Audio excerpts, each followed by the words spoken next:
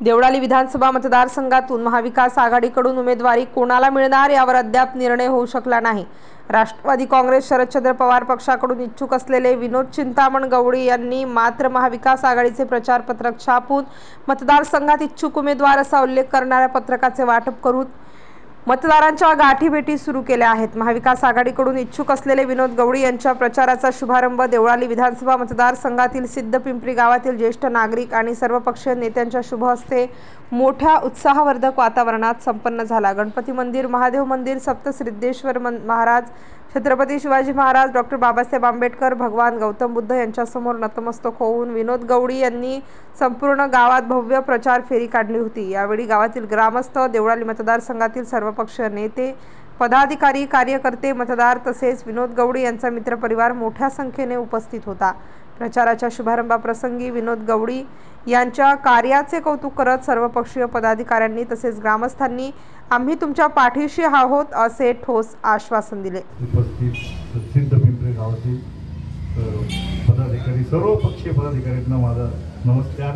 तसेच देवळाली मतदारसंघातील इथं आलेले सर्व मतदार किंवा माझे मित्र, मी काय राजकारणी एवढा जनसमुदाय पाहून मीच घाबरून गेलो, त्यामुळे मला सांभाळून घ्या। माझं हे पहिलं आयुष्यातलं भाषण, जसं काही बोलले का हे मी तर भाषे मी खरंच बोलत नाही जास्त, मी काम करतो। आता कोणतरी तर बोलले आमचे मित्र त्या पेट्या खोक्याच्या नादी लागतात, मी लहानपणापासून पाहतो पेट्या खोक्या, आणि पेट्या खोक्या मी लहानपणापासून सर्वांना वाटले, कुठलीही अपेक्षा न करता माझ्या पेट्या खोक्या या आहे सर्व, कोणी याला 1 रुपया न देता हे आलेले सर्व।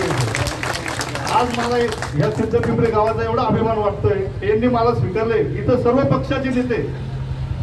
पक्षाचे नेते पहिल्यांदा इथं जमलेली ही पहिली वेळ आता असं मी मानतो। मी जास्त काही बोलत नाही, तुमचा वेळ घेत नाही, परंतु मी तर गेले 8 दिवसापासून रोज फिरतोय, बघतोय।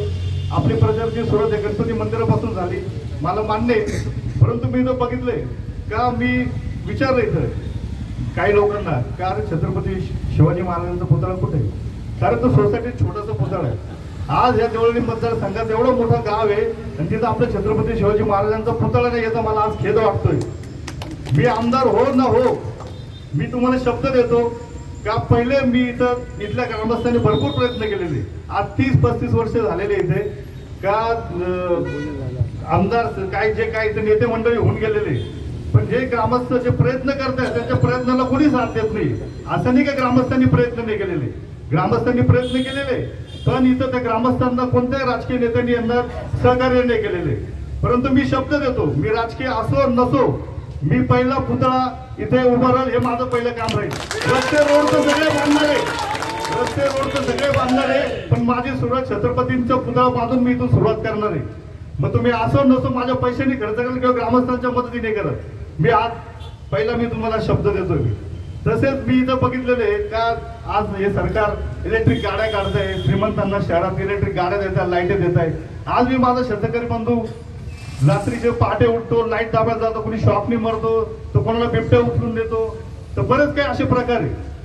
तरी या लाईटचा विषय जो आहे, हा जो लोड शेडिंगचा विषय हा कसा बंद होऊ शकतो। जर इलेक्ट्रिकला तुम्ही जर वीज पुरवू शकत ना, मग शेतकऱ्याला काय नाही पुरवू शकत तुम्ही हे सर्वप्रथम या सर्व गोष्टींच्या मागे लागेल। मला या गोष्टींमध्ये जाणे, माझं स्वतःचं आता भुजमध्ये काम चालू आहे, जवळजवळ 50 करोडचं काम आहे। काही माझे मित्र पण आले त्याच्या संबंधातले काय याचं सोलरचं माझं काम चालू आहे, तर तिथे सोलर प्लांट बसून ते चालू आहे, तर वीज ही नाहीशी होऊ शकते, शेतकऱ्यांना वीज भेटू शकते, पण सरकारची मानसिकता नाही आहे। तर मी माझे 2 शब्द मी संपवतो, माझं काही चुकलं असेल तर मी क्षमा मागतो तुमची सर्वांची। मी आज हे तोडकं मोडकं बोललो,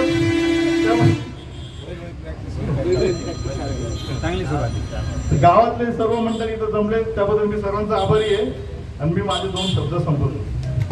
हे गावाला काही परकीय नाही, 20 वर्षापासून गावाशी संबंध आहे त्यांचे, आणि देवळाली मतदारसंघात 24-25 उमेदवार जर असले, 25 उमेदवार एक बाजूनं आणि एक विनोद भाऊ एक बाजूनं, एवढा चेहरा आणि स्वभाव हा जरी सर्वांना माहीत नसेल, परंतु ठराविक लोकांना माहिती त्यांचा स्वभाव, आणि त्यांनी तिकीट कुठल्याही पक्षात आणलं तर गाव बरोबर राहील आता सर्वांनी सांगितलं, आणि मी सांगतो 100% आम्ही तुमच्या बरोबर राहू। एक गावचं नाव आपण स्टार न्यूज ब्युरो नाशिक.